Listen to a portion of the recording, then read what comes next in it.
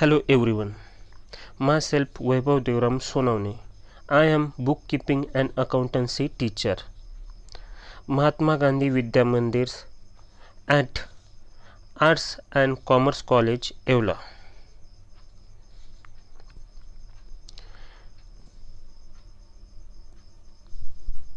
In this lecture, I would like explain to you we have learned about bookkeeping and accountancy syllabus.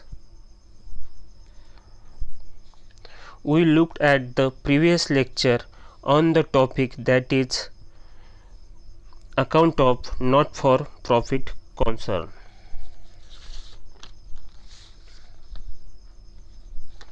Now we will see the not for profit concern terms. Receipt and payment कसे दिसते त्यावरून income and expenditure आणि balance sheet कसे बनवायचे ते आता आपण पाहणार आहोत. सर्वात प्रथम रिसिप्ट अँड पेमेंट हे कॅश अकाउंटची समरी आहे, राईट.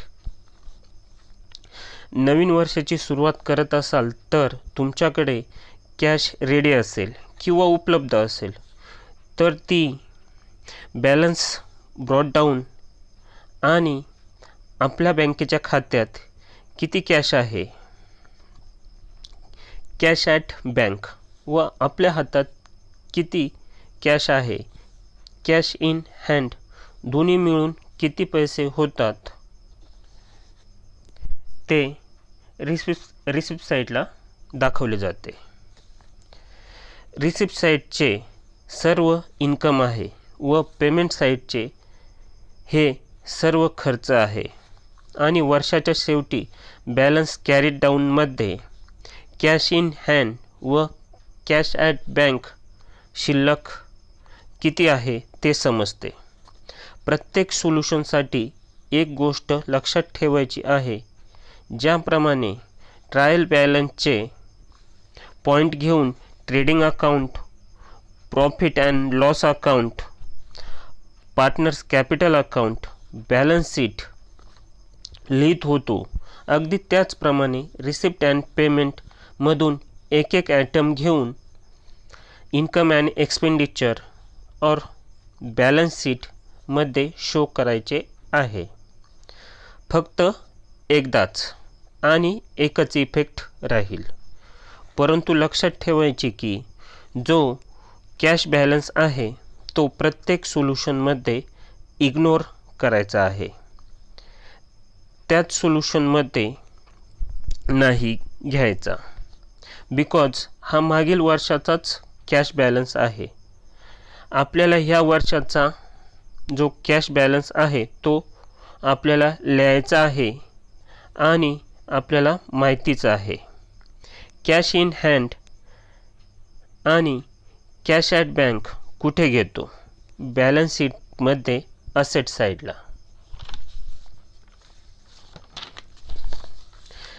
येथे टू बॅलन्स ब्रॉट डाऊन घ्यायचा नाही तर बाय बॅलन्स कॅरीड डाऊन हा बॅलन्स घ्यायचा आहे. सोल्युशनमध्ये टू बॅलन्स ब्रॉट डाऊन हा बॅलन्स लिहायचा नाही, परंतु हा बाय बॅलन्स कॅरीड डाऊन लिहायचा आहे. रिसिप्टचे सर्व इन्कममध्ये राहतील. तरी परत एकदा पाहू रिसिप्ट साईटमध्ये काय काय आयटम येतात आणि ते आयटम कुठे जातात ते. सबस्क्रिप्शन, एंट्रन्स फी हे सर्व नवे नावे येथे दिसतात. ते सर्व डिटेलमध्ये पाहू. रिसिप्ट साईडला येणारे आयटम कुठे जातात ते पाहू आणि पेमेंट साईडला येणारे आयटम ते पण कुठे जातात ते पण पाहू. सर्वात प्रथम रिसिप्ट साईडला कॅश काय सांगितली ती इग्नोर करायची. यानंतर जे आयटम शिल्लक राहिले ते दोन जागेवर जातील. एकतर ते इन्कम साईडला आणि जे तुमचे इन्कम अँड एक्सपेंडिचर अकाउंट असेल त्यामध्ये इन्कम साईडला नाही तर लायबिलिटी साईडला जाईल. पण जोपर्यंत तुम्हाला याचा अर्थ समजणार नाही तोपर्यंत हे तुम्हाला समजणार नाही की हे कुठे जातील. राईट. फक्त एवढे लक्षात ठेवा की रिसिप्ट साईडचे जे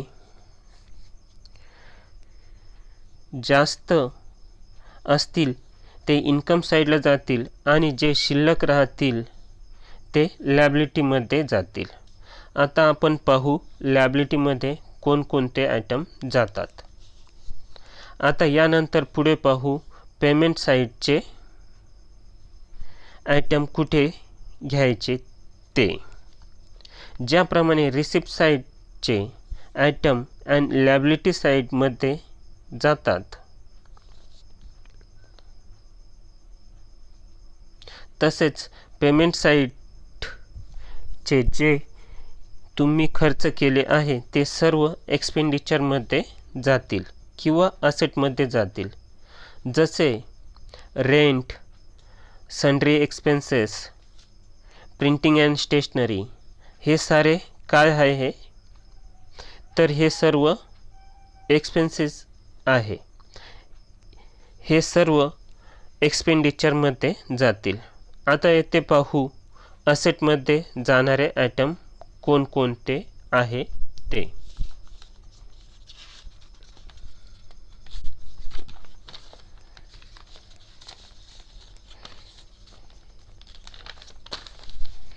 cash in hand, cash at bank, furniture, machinery असे असेट सर्वच्या सर्व असेटमध्ये जातील.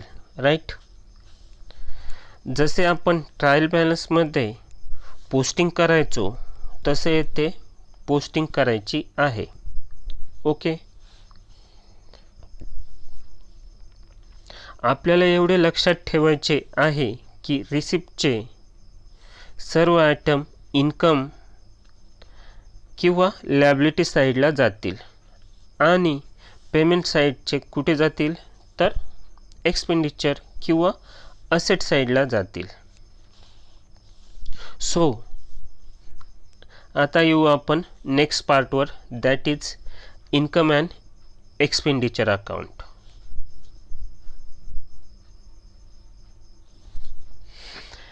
इन्कम अँड एक्सपेंडिचर अकाउंट याची जर गोष्ट बघितली तर याची प्रॉफिट अँड लॉस अकाउंट सारखेच दिसते. डेबिटमध्ये सर्व एक्सपेंडिचर लिहायचो, डेबिट आणि प्रॉफिट अँड लॉस क्रेडिटमध्ये इन्कम लिहायचो. Debit the expenses or losses, credit the income, gain or profit. हे तर नॉमिनल अकाउंटचा रूल आहे. It is nominal account, that is debit all expenses or losses and credit all income and gains is followed while preparing it. जेव्हा तुम्ही income and expenditure बनवत असाल तर तुम्हाला काय रूल फॉलो करायचा तर जे तुमचे इन्कम असतील तर ते क्रेडिटला येतील आणि एक्सपेन्सेस डेबिटला येतील. ओके. आत्ताच आपण पाहिले जे पण आपले पेमेंट आहे ते सर्व एक्सपेंडिचरमध्ये दाखवायचे. ते डेबिट साईडला, जे आपले रिसिप्ट असतील ते सर्व इन्कम साईडला म्हणजेच क्रेडिट साईडला.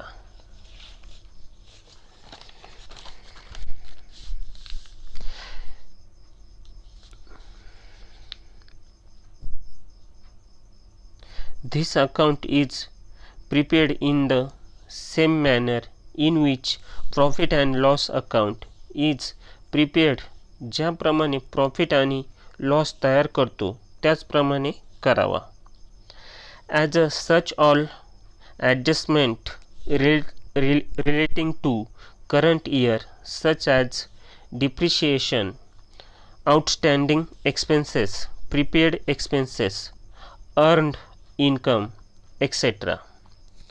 are taken into consideration while preparing it. हे बनवत असताना ज्याप्रमाणे फायनल अकाउंटमध्ये आउटस्टँडिंग एक्सपेन्सेस, प्रिपेड एक्सपेन्सेस हे सर्व कन्सिडर करत होतो त्याचप्रमाणे येथे कन्सिडर करणार. ज्याप्रमाणे फायनल अकाउंटमध्ये ॲडजस्टमेंट होत्या त्याचप्रमाणे येथे पण काही ॲडजस्टमेंट कराव्या लागतील.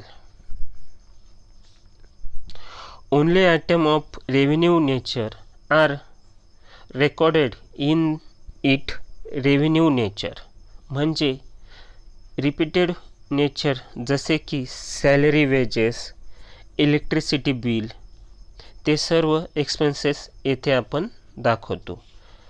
कॅपिटल नेचरचे असेटवर काही खर्चावर इन्कम होत असतील तर त्यांना आपण म्हणतो कॅपिटल नेचर.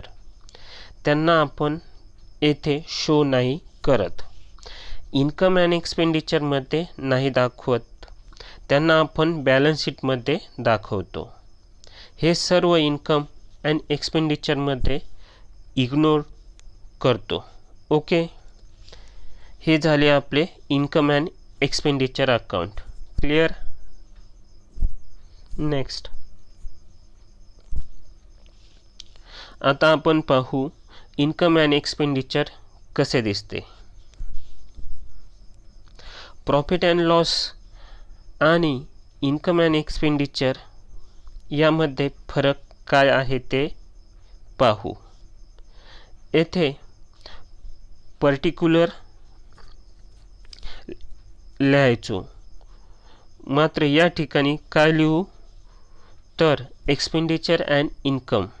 जर इन्कम अँड एक्सपेंडिचरच्या जागेवर जर तुम्ही पर्टिक्युलर लिहिले तर त्या ठिकाणी तुमचे मार्क कमी होऊ शकता, कारण आपल्याला सवय लागते पर्टिक्युलर लिहायची. सोल्युशनमध्ये लिहिताना कायम एक्सपेंडिचर अँड इन्कम लिहावे. वरती जर नाव लिहित असाल तर in the books of ABC किंवा XYZ त्याखाली इन्कम अँड एक्सपेंडिचर अकाउंट. त्यानंतर for the year ended 31 March 2020. आता येथे पहा एक्सपेंडिचर लिहिले आहे, नाहीतर तुम्ही म्हणाल नावाप्रमाणे इन्कम अँड एक्सपेंडिचर म्हणून. इन्कम अगोदर घेऊ नका. आता इथे एक्सपेंडिचर फायनल अकाउंट सारखेच लिहायचे. त्याप्रमाणे फायनल अकाउंट क्लोज करून नेट प्रॉफिट मिळवत होतो, त्याचप्रमाणे येथे आपल्याला मिळवता येतो. Excess of income over expenditure. Excess म्हणजे जास्त, इन्कम जास्त आहे, एक्सपेंडिचरपेक्षा इन्कम जास्त आहे म्हणजेच प्रॉफिट झाला, त्यालाच आपण सरप्लस म्हणतो. त्याचप्रमाणे बॅलन्स हा इन्कममध्ये आला तर खर्च जास्त आहे आणि इन्कम कमी आहे. Excess of expenditure over income त्याला आपण म्हणतो बाय डिप्रिशिएट. डिप्रिशिएट म्हणजे कमी होणे, खर्च जास्त होणे आणि इन्कम कमी होणे. नेट प्रॉफिट सारखेच काढायचे असते, फक्त नाव वेगळे असते. यानंतर आपण नेक्स्ट पार्टमध्ये बॅलन्स शीट पाहू. बॅलन्स शीट काय असते हे तर आपल्याला माहितीच आहे. त्यामध्ये आपली फायनान्शियल पोझिशन समजते, right. Next balance sheet.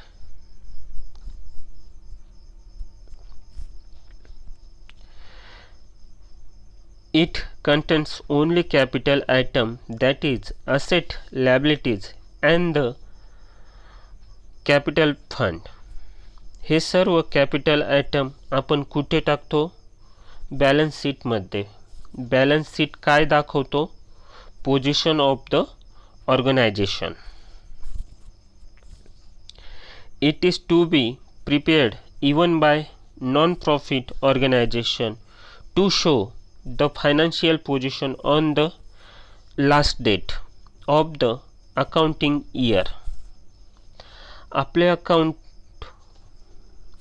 Accounting इयरच्या शेवटी आपली फायनान्शियल पोझिशन कशी आहे किंवा संस्थांची किंवा ऑर्गनायझेशनची पोझिशन कशी आहे ते दाखवते. बॅलन्स शीट आपण पाहिलाच असेल. बॅलन्स शीटमध्ये लायबिलिटी साईड आणि असेट साईड असते. यानंतर पाहू इन्कम अँड एक्सपेंडिचर मध्ये आपल्याला नवीन नवीन नावे पाहायला मिळतील.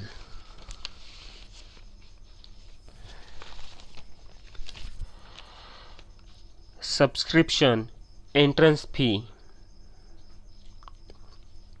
या चॅप्टरमध्ये नॉट फॉर प्रॉफिट कॉन्सर्न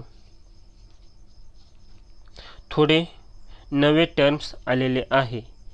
यामध्ये काही नवीन टर्म्स असलेले ते आता आपण पाहू.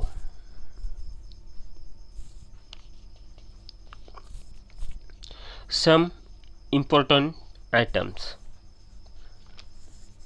फर्स्ट आहे सबस्क्रिप्शन. आपली जी संस्था किंवा ऑर्गनायझेशन आहे तो ग्रुप, त्या ग्रुपचे जे मेंबर आहे ते मेंबर राहण्यासाठी ग्रुपमध्ये काही पैसे देत असतो आणि ते देतात त्याला आपण काय म्हणतो? सबस्क्रिप्शन. आता ते मंथली पण असू शकते किंवा 6 मंथचे पण असू शकते किंवा वर्षाचे पण असू शकते. आता ते ऑर्गनायझेशनने ठरवले असेल ते ठरवतात.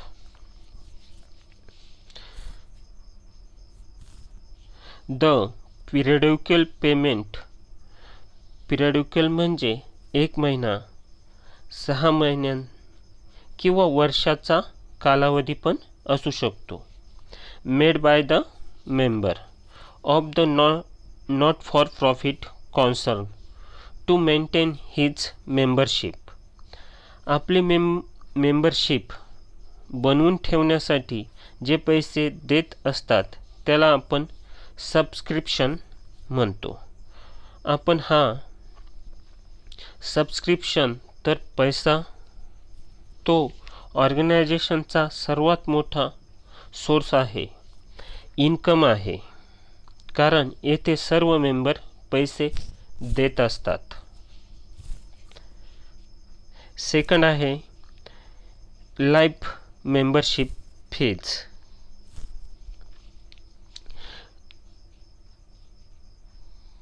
समजा एखादा मेंबर म्हणतो 1 महिना, 6 महिने किंवा वर्षाचा पैसा दरवेळेस मी भरू शकत नाही.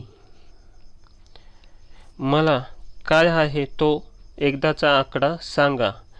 1 लाख किंवा 2 लाख मी लगेच भरून मोकळा होतो आणि त्याला म्हटले जाते life membership fees. Fees received by the not for profit concern from the person who wants to become a life member of the not for profit concern. It is paid by the member one in lifetime.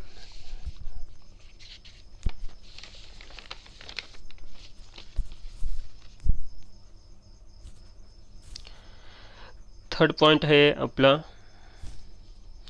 Endowment fund. Endowment fund, the income of which is devoted for a specific purpose. Thus, it is a capital receipt as it provides a permanent income to the institution and shown in liability side of balance sheet. जर समजा आपल्याला income मिळतो आहे, जो income specific पर्पजसाठी मिळतो आहे, तो विशिष्ट खर्चासाठी ठेवला जातो, त्याला एंडोमेंट फंड म्हटले जाते. तो इन्कम विशिष्ट कामासाठी खर्च केला जातो, त्याला एंडोमेंट फंड म्हटले जाते. त्याला आपण कुठे दाखवू? बॅलन्स शीटच्या लायबिलिटी साईडला दाखवू शकतो. Next,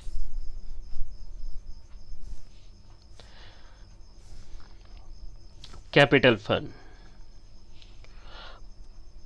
fund created by not for profit concern out of capital income and by capitalization of life membership fees, entrance fees, donation, and by adding surplus and detecting deficient.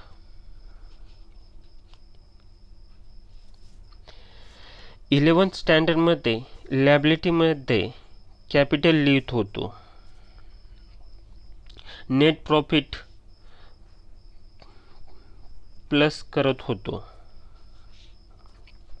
Net loss हा लेस करत होतो. त्याचप्रमाणे हे आहे. Capital fund प्रॉब्लेममध्ये ॲडजस्टमेंटमध्ये दिले असेल तर डायरेक्टली लायबिलिटी साईडमध्ये लिहून टाकायचे आहे. कॅपिटल फंड बनतो कसा? जे तुमचे कॅपिटल वन टाइम इन्कम आहे त्यापासून कॅपिटल फंड बनवला आहे. यानंतर किंवा जमा झालेल्या फीमधून काही पैसे बाजूला काढून ते कॅपिटलायझेशन केले जातात, त्याला कॅपिटल फंड असे म्हणतात. Next, entrance fee.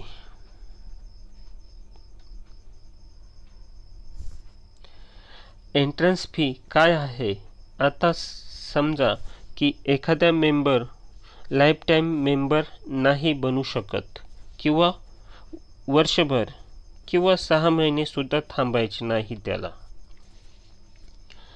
त्याला फक्त एंट्री करायची आहे तात्पुरत्या स्वरूपाची, आणि आपण त्याच्याकडे जे एंट्री फीचे पैसे घेतो त्याला म्हटले जाते एंट्रन्स फी.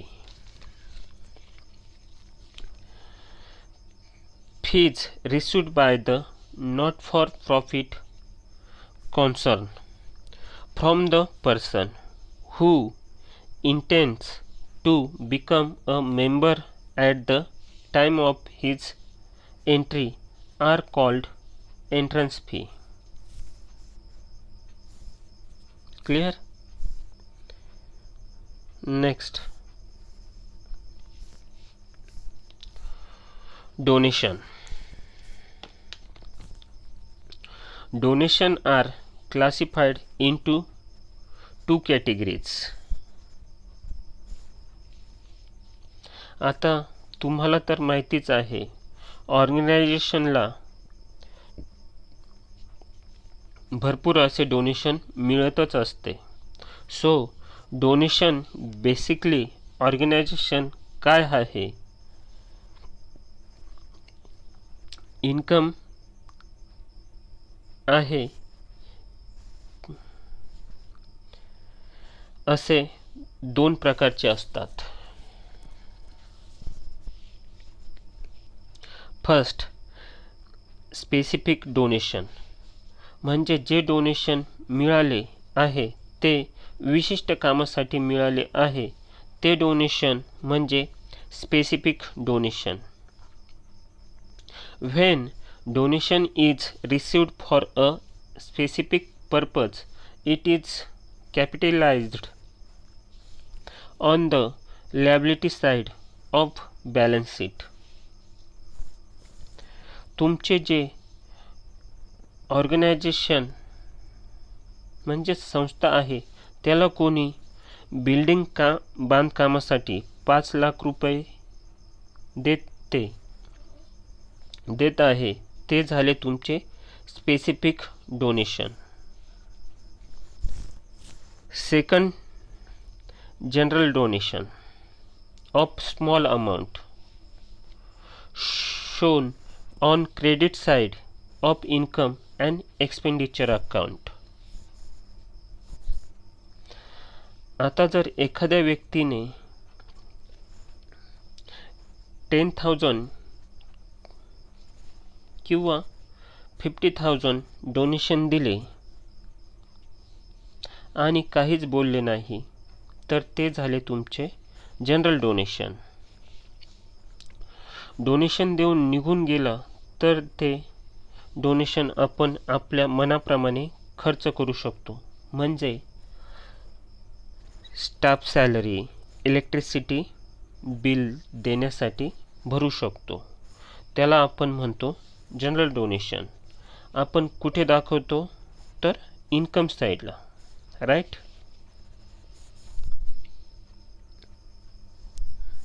नेक्स्ट पाहू लिगसी. लिगसीचा अर्थ असा होतो की एखाद्या व्यक्ती मरणाच्या अगोदर आपल्या विलमध्ये मृत्यूपत्रात डोनेशन देतो. जे डोनेशन मिळाले आहे, बऱ्याच वेळा असे होते की एखादा व्यक्ती एक्सपायर झाला, त्याला त्याच्या मृत्यूपत्रात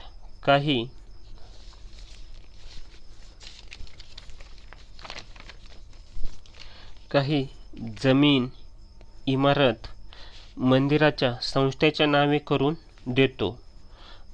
असे जे पैसे आहे जे गिफ्ट डोनेशन दिले जाते याला आपण म्हणतो लिगसी. लिगसी कुठे दाखवायची तर लायबिलिटीमध्ये दाखवायची. बॅलन्स शीटमध्ये लायबिलिटी साईडला दाखवायची असते. Any gift or donation given by a person to the not for profit concern as per his will is called legacy. The amount received as legacy is shown on the liability side of balance sheet.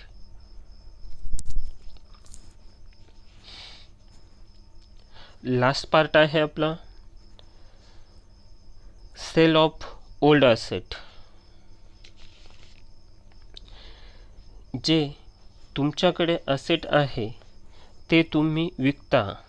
त्याची जी original book value असेल ती क्वेश्चनमध्ये दिली असेल 50,000 आणि ब्रॅकेटमध्ये book value 18,000. Book value म्हणजेच balance sheet value मध्ये 50,000 दिसत असेल, त्याच्यामधून 18,000चे फर्निचर तुम्ही विकले तर तुम्ही काय कराल, हे 18,000 मेन व्हॅल्यूमधून लेस करून घेशाल, असेट साईडला घेणार आणि त्यामधून ते फर्निचर जर तुम्ही 15,000ला विकले तर तुम्हाला ₹3000चा लॉस झाला. हा लॉस एक्सपेंडिचरमध्ये दाखवायचा. सेल ऑफ असेटमध्ये एवढे लक्षात ठेवायचे की बुक व्हॅल्यू असेटमधून लेस करून घ्यायची आणि नंतर जो प्रॉफिट होतो की लॉस होतो तो इन्कम अँड एक्सपेंडिचरमध्ये दाखवायचा आहे. ते कशावरून? तर प्रॉफिट असला तर इन्कममध्ये आणि लॉस असला तर एक्सपेंडिचरमध्ये. आता हे सर्व सोल्युशन सोडवताना समजेल. appear on the debit side of receipt and payment account. It is capital receipt and as such should not be transferred to income and expenditure account. However, the profit earned or loss suffered on sale of an asset must be considered. जे तुम्ही asset विकले तो कुठे दाखवायचा? Income and एक्सपेंडिचरमध्ये नाही दाखवायचा. तर तो कुठे दाखवायचा? बॅलन्स शीटमध्ये असेट साईडला. फक्त त्यामध्ये तुम्हाला जो नफा किंवा तोटा झाला तो तुम्ही इन्कम अँड एक्सपेंडिचरमध्ये दाखवू शकता. हे सर्व टर्मिनॉलॉजिस्ट होते. हे सर्व टर्म्स आपण अभ्यासात पाहणार आहोत. Okay, bye bye. Thank you for the listening quietly. Let's get together soon. Bye bye.